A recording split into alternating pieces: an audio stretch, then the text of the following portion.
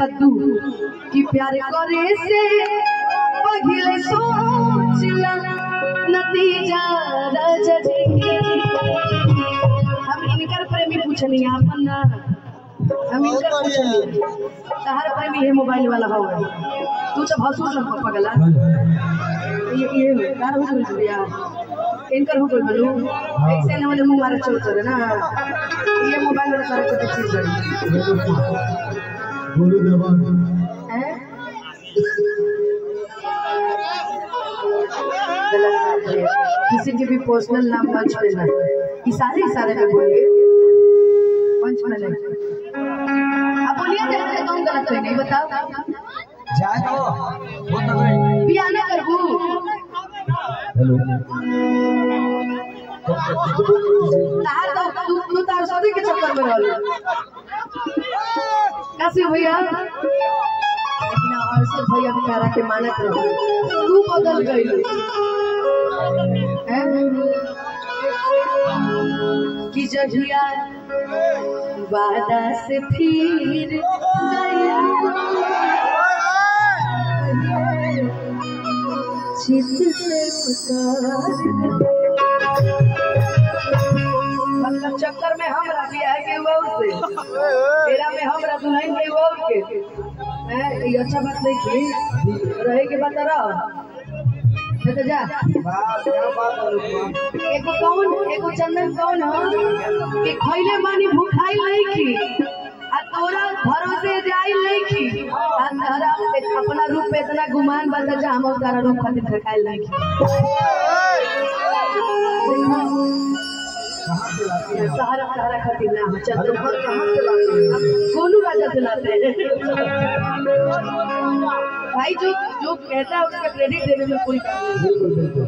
चंदनों के बहुत सारा ऐसा गीत बाटे जो हम मंच में कबो कबो गईला कबो जब ही रोएला तब फिर गईला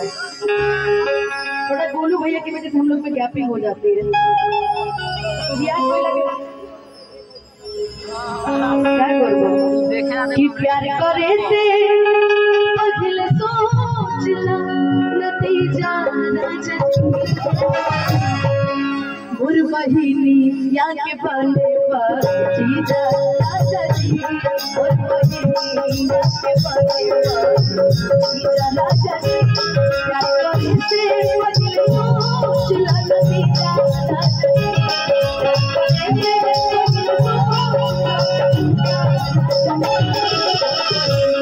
या के बने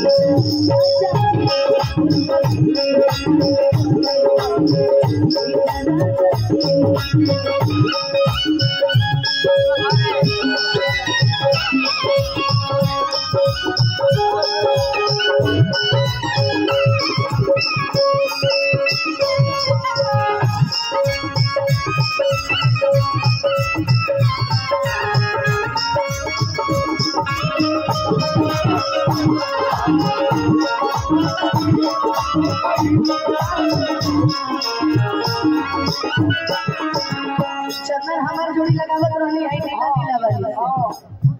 चंदन हमारी जोड़ी पहरा से लगावत रहनी कि नीला नीला अब वो जोड़ी लगा दे रस भरी सब चंदन इधर हम जोड़ी लगावत रहनी है ना रह बच्चा है दिल्ली चाहे रह गुजरात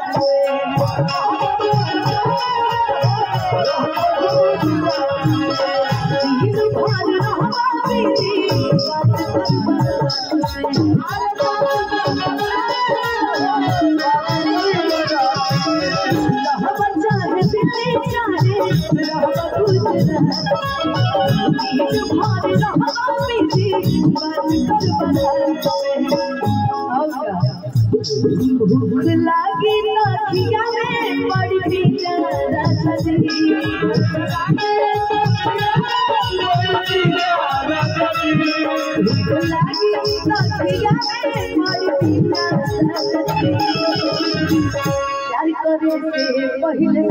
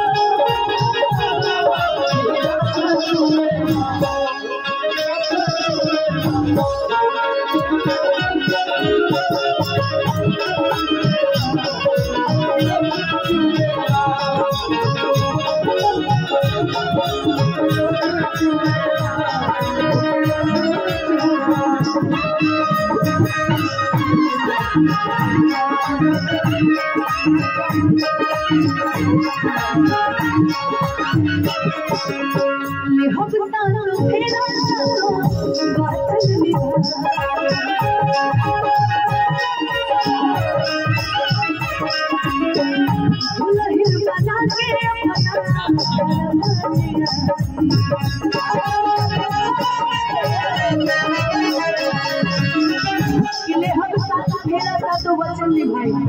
आ दुल्हन बना के अपना घरवा ले आई और क्या हमके चाची का गिराउट भतीजा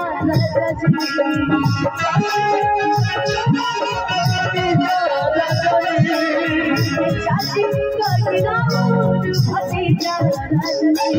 प्यार करे से पहले सोचला